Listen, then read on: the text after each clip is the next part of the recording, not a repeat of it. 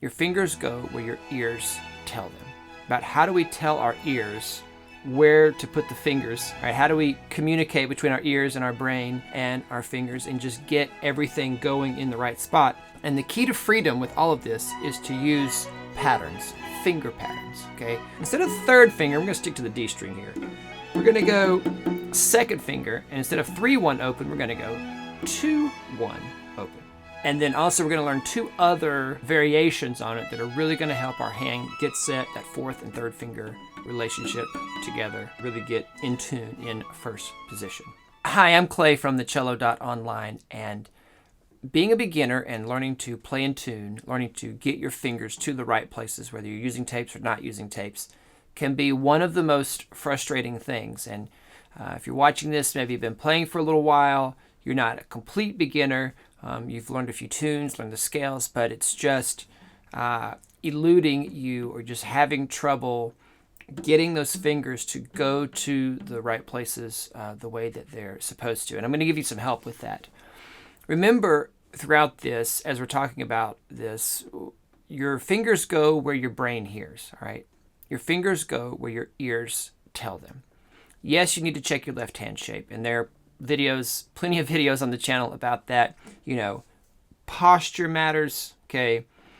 You know, what am I doing with my left elbow? All of that stuff. Are my tapes even placed correctly? All of those things matter when you're first starting, and you do need to check all of those, obviously, when it comes to playing in tune. But when we get really frustrated, all right, and we're starting to just kind of lose hope about learning to play in tune, is that we've checked all this stuff, you know, we've got the instrument in the right spot, we've checked our thumb, we've practiced in front of the mirror, we feel like the posture is really well. And so in this video, we're going to really focus on just the hearing part, the listening part, about how do we tell our ears where to put the fingers, okay? All right, how do we communicate between our ears and our brain and our fingers and just get everything going in the right spot? And the key to freedom with all of this is to use patterns, finger patterns, okay? You'll hear me talk a lot about this on the channel about, you know, you have to attack things from different angles, okay? You have to have different ways of addressing the problem. Our brain just needs it. Our brain responds better to it.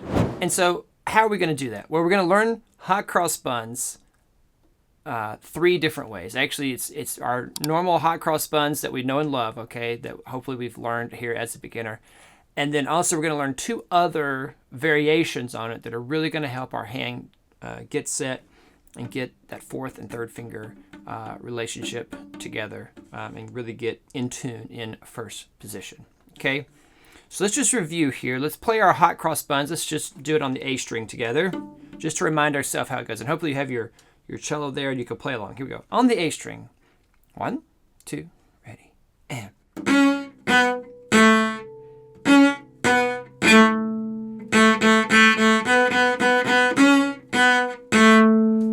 Good. Let's go. Let's do it on the D string. Ready?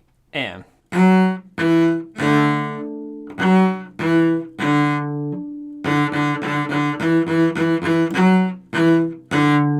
Right? Good old hot cross buns, starting on third finger, going 3-1 open. Okay. Now I'm going to teach you a fun variation. I call this cold cross buns because it feels very cold and steely to me.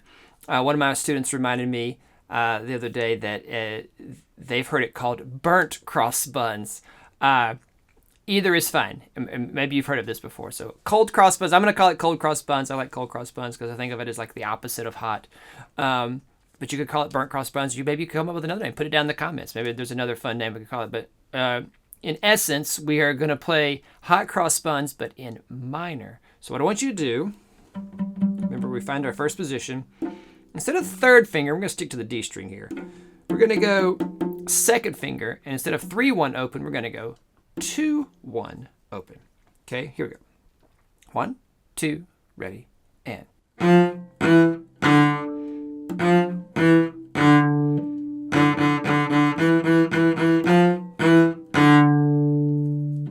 Got it? Let's do it one more time. Make sure you have a good, make sure your instrument's in tune. I'm tuned to A440. And make sure you have a good F natural here. Here we go. 1, 2, ready, and.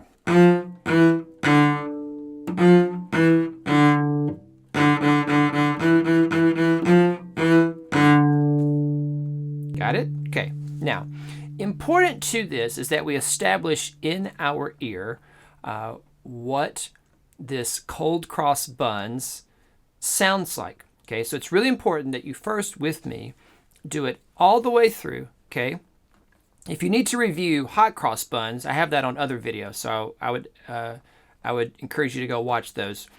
We won't play through, or maybe I'll play through the whole thing here at the end. But let's do this cold cross buns second finger, starting on the A string, and we're going to go A string, D string, G string, C string, all the way down. Ready? So let's find our first position here.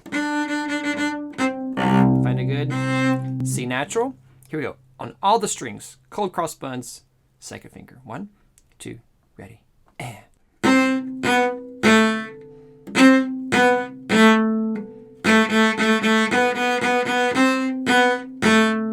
On the D string, here we go.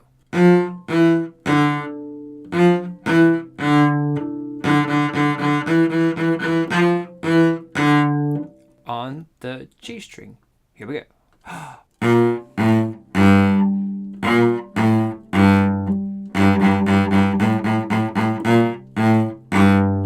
On the C string, here we go. And.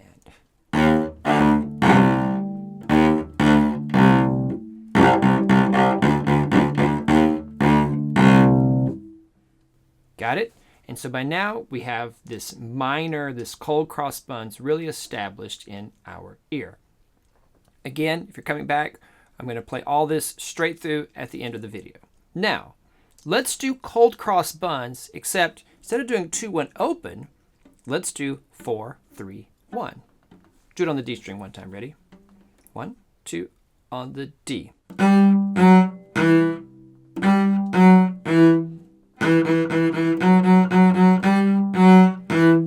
Got it? So we're going to do the same thing again. We're going to go A string, D string, all the way down. 4-3-1 pattern now. 1, 2, here we go.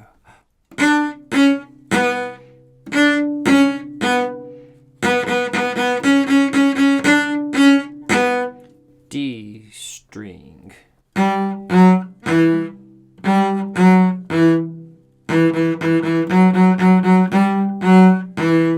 G string.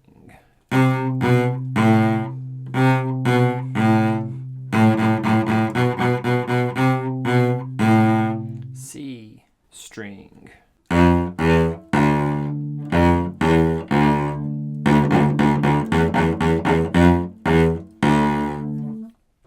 Got it? Good. Okay, now, here's where the real magic happens, and I've mentioned this before with playing scales and other finger pattern things, is that we do both versions on each string before we move to the next string, okay? Meaning we're going to do, in some books refer to this, they refer to the finger pattern according to where the half step is, meaning fingers that are together, right? So this is a half step between 1 and 2 when I'm doing this cold cross buns, and this is a half step, okay, when I'm doing the cold cross buns 4-3. So if you want some technical terms, we're going to do 2-1 pattern, then 3-4 pattern, okay, on the A string. Then we're going to go 2-1, 3-4 on the D string, okay, as we go down. Let's do it together now. Starting with 2-1.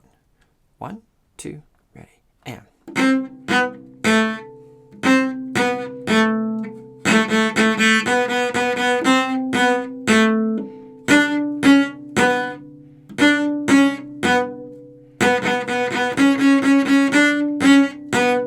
A string, now the D string.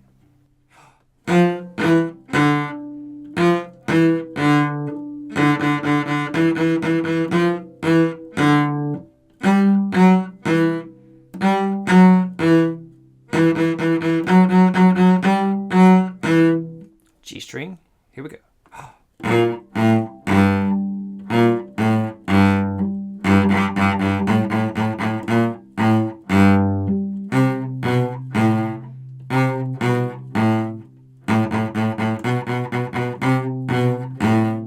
C string, here we go.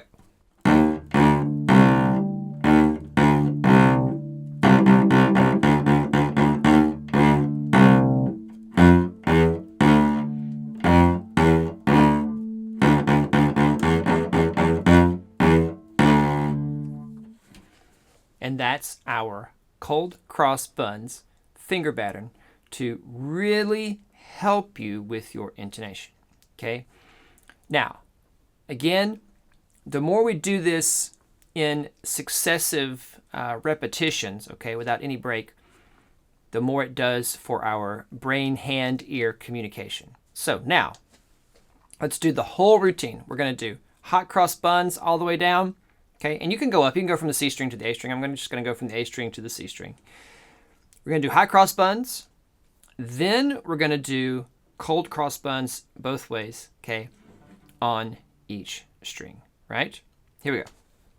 Actually, maybe let's just do,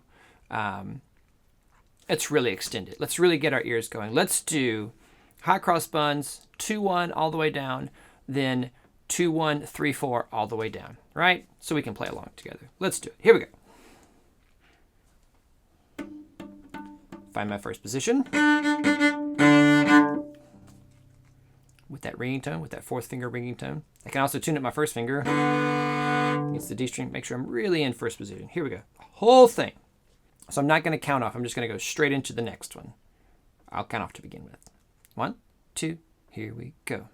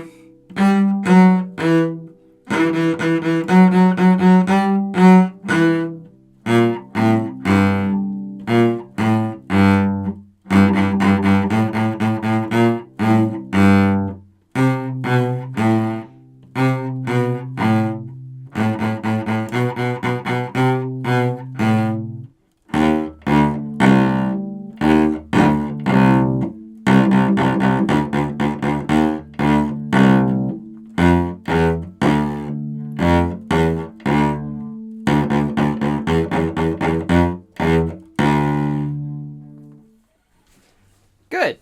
If you do this whole routine, which actually when you do it without breaks, it doesn't take that long. It only takes, a few minutes to do. It's a great warm-up. Really gets your hand set. And actually, you could do the 3-4 pattern by itself. You could do 2-1 all the way down, 3-4 all the way down, before you do both on each string before coming down, okay? And really get your hand solidified by adding that one little repetition, that one little go-through as you go down to the C string. All of this stuff, this finger pattern stuff that I'm talking about, I think in the canons of cello pedagogy or string pedagogy fall under the category of fingerboard geography. And if you want to know more about what that means, all right, and learning fingerboard geography, turning the fingerboard into a grid, watch this video right here.